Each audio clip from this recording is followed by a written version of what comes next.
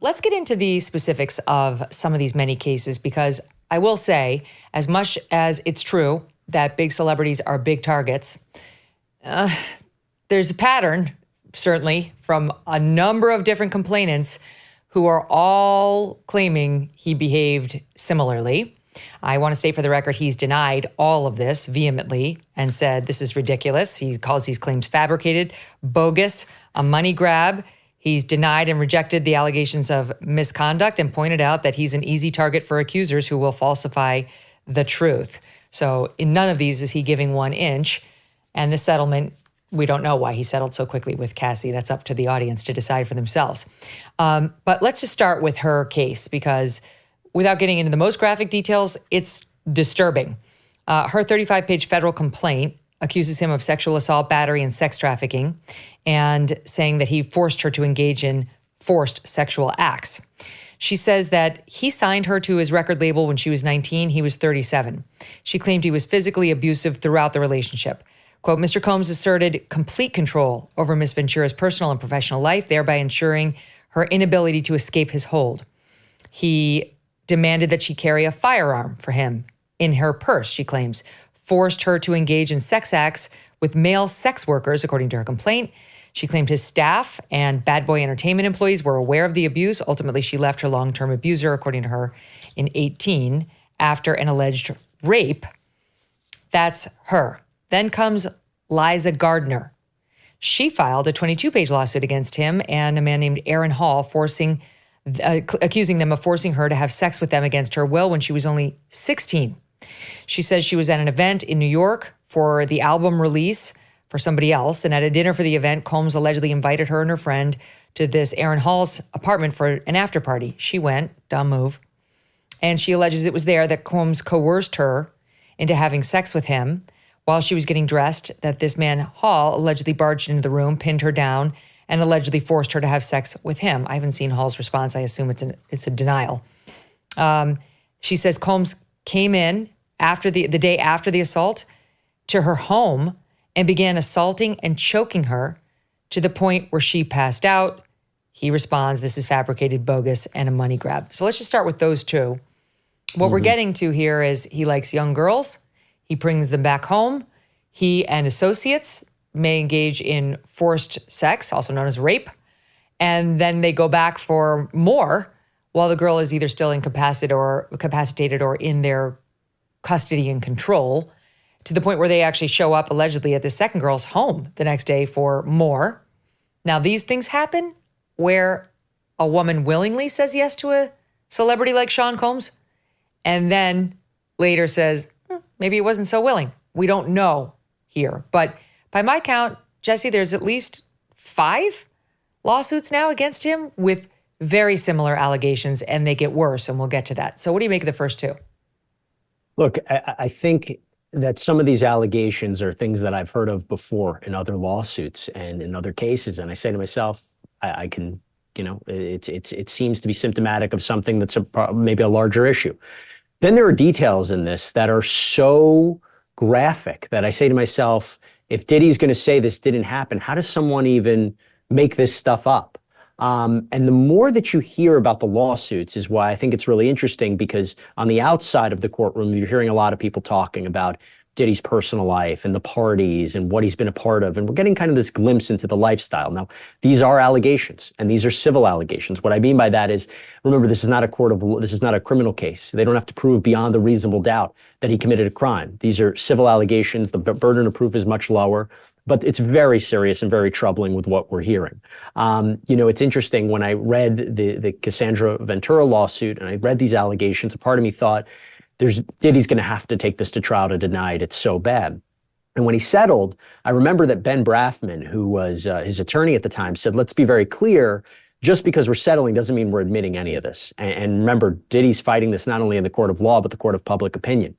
The Liza Gardner lawsuit, although old, right? We're talking about something from many years ago, is incredibly troubling. And if allowed to proceed, her testimony alone could result in finding that he's liable.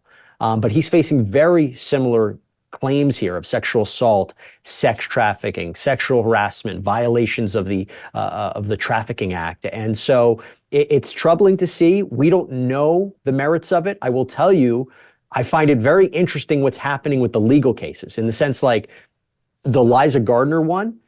I remember when we talked before about you have to look at the legal filings to determine if there's something more here. Well, in the Liza Gardner case, Diddy filed a motion. Well, let me rephrase. She wants to now move this case from New York to New Jersey. Happens all the time. We see it a lot of time in civil cases, but why? Well, it turns out, she said, well, we got all this new information. By the way, she's represented by Tyrone Blackburn, that controversial attorney that we mentioned.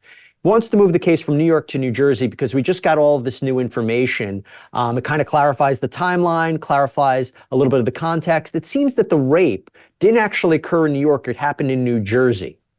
Again, I'm questioning. That's a big fact. You shouldn't have that been right from the very beginning. And then I think to myself, the timing of it was interesting because Liza Gardner at the time was being pushed by the defendants in this case to answer one of their legal filings. And she was running up against the extension. They were saying she shouldn't be granted another extension to respond. And from a legal point of view, I wonder, hey, we're going to file this motion to switch the case to another jurisdiction. It buys us a little bit more time to respond. We're going to say we're going to have all these new allegations. It was just something I thought of, particularly since she's being represented by Tyrone Blackburn and there were questions in his past. So I think some of the legal filings, and if you want to get into it too, Megyn, I mean, one of the other lawsuits that that Diddy's facing, I did a whole sidebar on it. I think Diddy's legal response to that was so sound that almost all the claims are going to be thrown out. So again, there's something to be said about what's being accused and what's being alleged and what can actually make its way to trial. Mm-hmm. When she moved to have the venue switched to New Jersey, how recently was that?